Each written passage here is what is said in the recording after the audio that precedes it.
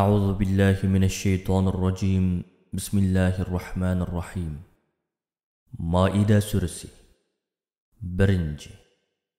Nahayeti şefkatlik, tolumu mihriban Allah'ның ismi bilen başlayman. Ey Allah'a ve onun peygamberiga iman keltirgen, İslam şeriatiga amal qiladigan kishilar. Dinning qonun prinsiplariga amal qilish va uningga bo'ysunishdan iborat Allohga bergan ahdanglarga vafo qilinglar. Öz aranglardagi omonat va ilm setim qatorliq Allah'ның kitobiga va payg'ambar alayhissalomning sunnatiga muvofiq ilib berilgan ahdlaringlarga vafo qilinglar. Allah sizlarga chorvalardan to'ga, kala, qo'y qatorliqlarni halol qildi. Lekin haromligini sizlarga bayon qilib bergan o'zi o'lib qolgan mol va qon qatorliqlarni. Shundaqli sizlar haj yoki umrga ihrom bog'lagan chig'inglarda o'lashni halol sanamanglar. Shubhisizki Allah o'zining hikmati va adolatiga asosan o'zi xohlagancha hukm chiqaradi. Ey Allohga va uning payg'ambariga iymon keltirgan, islom shariatiga amal qiladigan kishilar, Allah bekitgan chek-chegaralardan va ko'rsatmalardan chetnab ketmanglar. Zulqa'da, Zulhajja, Muharram va Rajabdan iborat urush qilish cheklangan oyda urush qilishni halol sanamanglar. Shuningdek, qurbonlik molning bo'yniga bu molning qurbonlik qilinadigan mol ekanligi va molni haydab kelgan kishining haj qilmoqchi ekanligining alomati sifatida isib qo'yilgan bo'yinchoqlarga, Rabbining fazlini va roziligini tilab Baytullohga kaguvchilarga chiqilishni halol sanamanglar. Sizlar ihromdan chiqqandan keyin sizlarga ovlash halol bo'ladi. Hudaybiyada bo'lgandek, biror qavmning sizlarni masjidi haramga kirishdan to'sqanligi sababidan kelib chiqqan o'shmanlik hargizmi sizlarni ularga chiqilishga ilib bormasin. Ey mu'minlar, o'z oranglarda yaxshi ishqa va taqvodorlikqa yordamlashinglar. Gunoh bo'ladigan va Allohning ko'rsatmasidan chetnab ketishga sabab bo'ladigan ishlarga yordamlashmanglar. Allohning amriga xiloflik qilishdan hazar aylanglar, chunki Allohning azobi qattiqdir. Allah sizlarga o'zi o'lib qolgan hayvon, iqitilgan qon, to'ng'iz go'shi, Allohdan boshqasining nomi tiliga ilinib bo'g'izlangan hayvon, bo'g'ib o'ldirilgan hayvon, urib o'ldirilgan hayvon, egiz joydan yiqilib o'lgan hayvon, usib o'ldirilgan hayvon, yo'lvoz, shir va bo'ri qatorliq yirtqichlar yeb qo'ygan hayvon qatorliqlarning go'shini yeyishni harom qildi. Allah yuqorqi hayvonlar ichidan oxirgi 5 hayvondan jini chiqib bo'g'ichi bo'g'izlab olgan hayvonlarning go'shini yeyishni halol qildi. Allah yana butlarning oldiga ilib berib bo'g'izlangan hayvonlarning go'shini yeyishni va bir ishni boshlashdan ilgari uning xayrlik bo'ladigan yoki bo'lmaydiganligini bilish uchun pal o'qlari bilan pal soladigan jahiliyat odatini harom qildi. Bu oyatda harom qilinadigan ishlarni qilish Allohning itoatidan chiqqanlikdir va uningga osiylik qilganlikdir. Men sizlarga nusrat ato qilgandan keyin kofirlar hozir sizlarning dininglarni yo'qotishdan va sizlarni iymondan kufrga qaytarishdan umidini uzdi. Shunga ulardan qo'rqmanglar, mendilla qo'rqinglar. Bugun men sizlarning dininglar bo'lgan islom diniga nusrat ato qilish va shariat ahkomlarini tamomlash orqali sizlarning dininglarni kamoliga yetkazdim. Sizlarni kufrning qorong'uliklaridan iymonning nuriga chiqarish orqali sizlarga bergan ne'matimni tamomladim.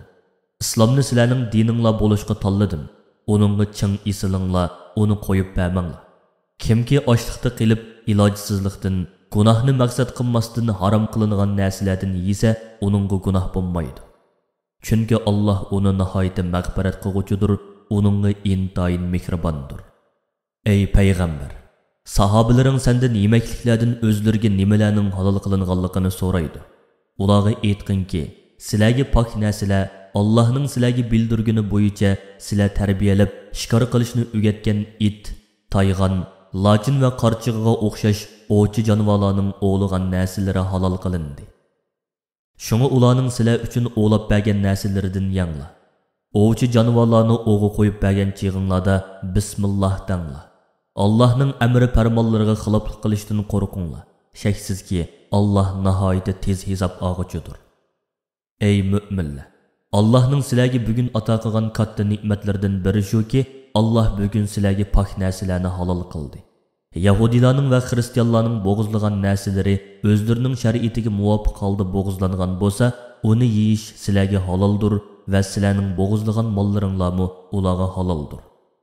Ey mu'minlar, Allah sizlarga yana iffatlik mo'min ayollarni, Yahudi va xristianlardan bo'lgan iffatlik ayollarni nikohlab elishni halol qildi. U ayollarni elishning sharti ularning mahrini berish, iffatlik bo'lish, zinoni ko'zlamaslik, ularni yushurin oshni tutmaslik va Yahudi va xristianlarning diniga moyil bo'lib ketmaslikdan amin bo'lishdir. Kimki iymonidan yenib oladi ekan, uning barliq yaxshi amallari bekor bo'lib ketadi. U oxiratda ziyon tortquchilardan bo'ladi. Ey iymon etqanlar, sizlar namoz o'qimoqchi bo'lganda tahoratsiz bo'lsanglar, yuzinglarni yuyinglar, qo'linglarni jaynikinglar bilan qo'shib yuyinglar.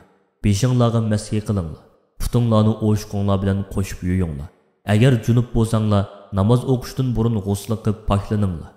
Agar suv ziyon qiladigan darajada kasal bo'lsanglar yoki sog' bo'lsanglarmi, safar ustida bo'lsanglar yoki hojatdan kelgan bo'lsanglar va yoki ayolinglar bilan yaqinchilik qilgan bo'lib, poklanish uchun suv topolmasanglar, qo'linglarni pok tuproqqa urib, ondan uning bilan yuzinglarni va qo'linglarni silanglar, ya'ni tayammum qilinglar. Allah sizlarni tahorat va g'usl ishida mushaqqatda qo'yishni xohlamaydi. Shunga Allah sizlarga rahm shafqat qilish va kamchilik qilish yuzidan tayammum qilishga ruxsat qildi. Chunki Allah shukr qilishinglar uchun sizlarni pok qilishni, ne'matini sizlarga tamomlab berishni xohlaydi. Haqiqatan Allohning suv bilan poklanishning o'rniga tayammum qilishga ruxsat qilganligi shukr qilishga tegishli katta ne'matdir. Allohga shukr qilish, uning buyurganlarini o'rindash va to'sqanlaridan yenish bilan bo'ladi. Allah'ның sizlarga diniy majburiyatlarni yenikitib berishdan iborat ne'matini va o'zinglarning Allohga, uning payg'ambariga iymon etish orqali angladik va itoat qilamiz deb Allohga bergan va'danglarni unutmanglar. Allah'ның buyurganlarini o'rindash va to'sqanlardan yenish orqali uningga taqvodorlik qilinglar. Chunki Alloh dilinglarda yushirgan sirlaringlarni bilib turg'uchidir. Ey Allohga va uning payg'ambariga iymon etqanlar. Allah'ның razılығы üçün haqiqatda çın turunglar və adaletlik guvohchilar bo'linglar.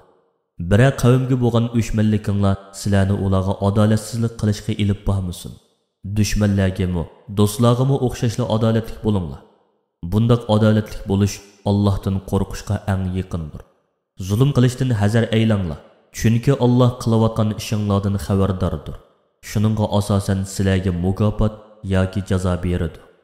Allohga, uning payg'ambariga iymon keltirgan va yaxshi amallarni qilgan kishilarga Alloh gunohlarini mag'firat qilishini va ularga katta mukofot jannatni ato qilishini va'da qildi. Alloh va'dasiga xiloflik qilmaydi. Allohning bir ekanligini inkor qilgan va payg'ambarlarning bu haqiqatni bayon qilib keltirgan dalillarni yolg'onga chiqargan kofirlar do'zax ahlidir. Ular do'zaxda mangu qoladi. Ey Allohga, uning payg'ambariga iymon keltirgan va islom shariatiga amal qiladigan kishilar, Allohning sizlarga ato qilgan xotirjamlik ne'matini va sizlarni yo'q qilmoqchi bo'lgan dushmaninglarning ko'ngliga qo'rqinch solganlik ne'matini eslanglar. Ayni zamonda kofirlar sizlarga qo'l solmoqchi bo'lgan edi. Alloh ularni murodiga yetkazmadi. Allohdan qo'rqinglar. Uning jazosiga uchrab qolishdan hazar aylanglar. Uning o'ziga tayininglar. Uning yordamiga va nusratiga ishoninglar.